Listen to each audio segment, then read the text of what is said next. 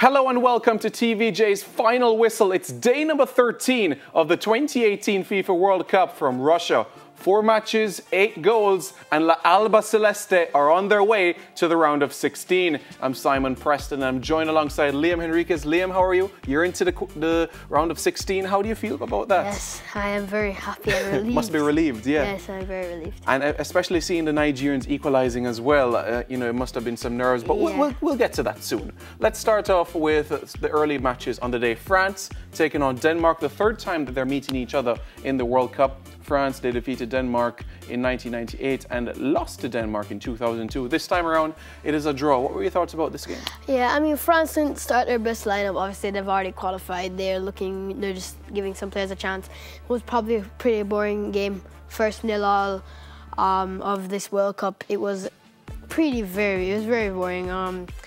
I just Fekir, not him. He came on. He had a shot, a goal.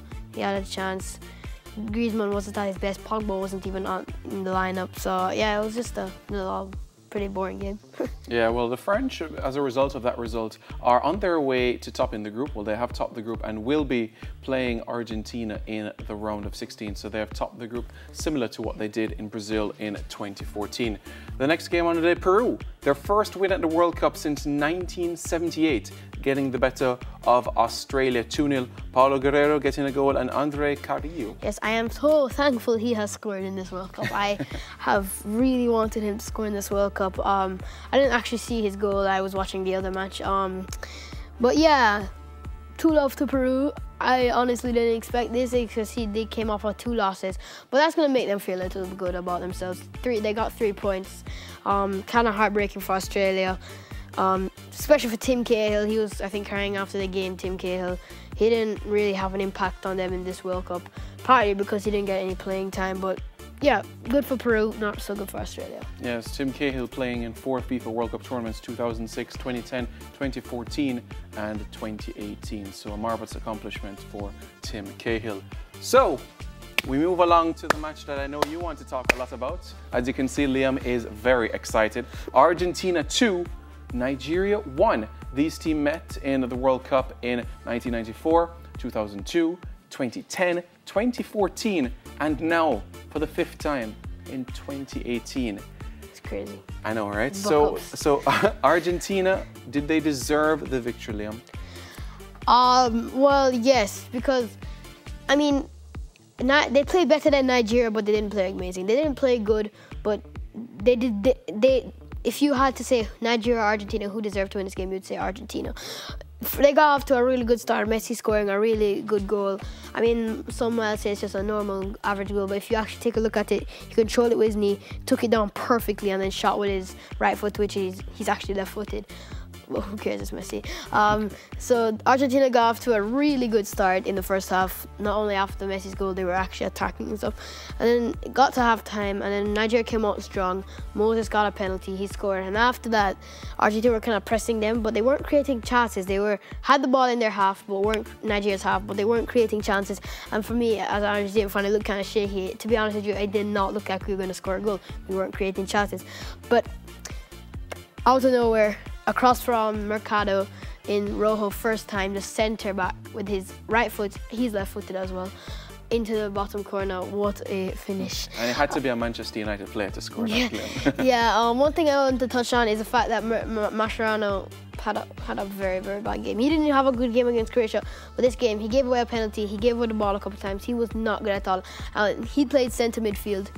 One thing I got to touch on is that I think Biglia, who is right here, should start in front of him. Sorry, instead of him. I think Biglia is a more experienced player. I think Biglia is more experienced in that position, and I think Biglia is a better central defender. Will play better. Yeah, and I think Biglia and Banega should, after Banega had a really good performance, should. Yeah, well, let's see what the adjustments Sampaoli will make as they take on the French. Yeah, one thing. Can I say something? Sure. That since Argentina have made it to France, if Argentina win their game in the round of 16 and Portugal win their game in the round of 16, they'll play each other in the quarterfinals, and that means Messi versus Ronaldo in the quarterfinals. It's possible, very possible. Portugal versus Argentina in the quarterfinals. You heard it here first from Liam. Let's see if they'll plan out. And finally, on the day, Iceland won, Croatia to Croatia. Already into the round of 16, you know, it seemed like they wanted to get revenge over Iceland, because in the qualifiers, it was Iceland that finished above Croatia in their group. Yeah, so it was like a grudge in a way. Yeah, I mean, it says a lot because they made 9 changes. They started a lot of substitutes in this match. That says a lot that they beat an Iceland team who aren't a bad team with a bunch of substitutes. It does not say a lot for Iceland. It's kind of like, oh, Iceland must feel bad about that. Sigurdsson got his goal. Thank God he actually got a goal in this World Cup, a penalty after missing one previously. But credit to Croatia, and I am actually looking forward to seeing them in the run later in the tournament. Right, Iceland though, you know, for their first World Cup tournament, they looked competitive in all their games. Yeah, I mean they were better than Panama. No offense to Panama, but yeah, they competed all the way until their last fixture. So yeah. Okay, well, let's look at some predictions for tomorrow, Liam. As we know, the South Korea and the Germany clash, that will be on TVJ at 9 a.m. Jamaican time, and on TVJ Sports Network also at 9 a.m. is Mexico against Sweden. Your predictions for Germany, South Korea? 2-0 to Germany. Reason being, I don't think South Korea have the attack to score a goal other than Heung-min Son, and I think Germany won't crush them because Germany have not been playing good. I think Germany will have to kind of grind out the result, but in the end it'll be comfortable for them. Well, Kim Shin-wook will have something to say about that. And Sweden and Mexico. Sweden, Mexico. Wow, I'm going to say a draw. I'm going to say a 1-1 draw because I don't think either these teams have scored a lot of goals in the World Cup. None of these teams. I think Sweden need the point, yeah.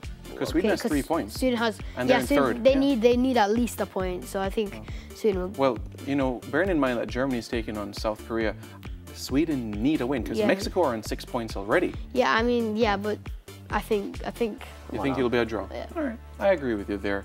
And later in the day, a match which will get a lot of Jamaicans excited: Brazil versus Serbia. A tricky test for the Brazilians. Well, I really want Serbia to at least get a draw to this, because being a football fan, if Switzerland beat Costa Rica, which is very likely, and Serbia at least draw with Brazil, then Brazil will have to play Germany in the round of 16.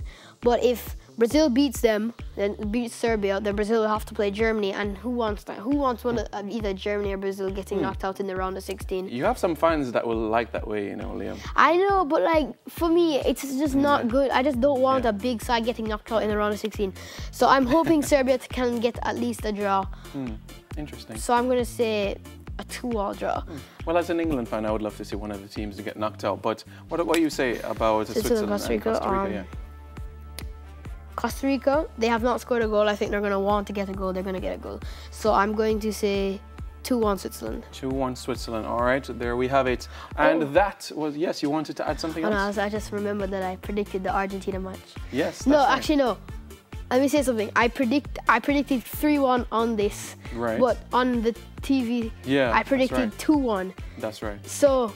yeah, so you got it right. There you go. I got it right after. Good job, Liam. You might look back and say, oh no, I predicted 3-1, but after on TV I predicted 2-1. So. Great minds think alike, eh, Liam? Well, that's it for Final Whistle for this week. Stay tuned for tomorrow's episode where we wrap up all the action from the 2018 FIFA World Cup in Russia.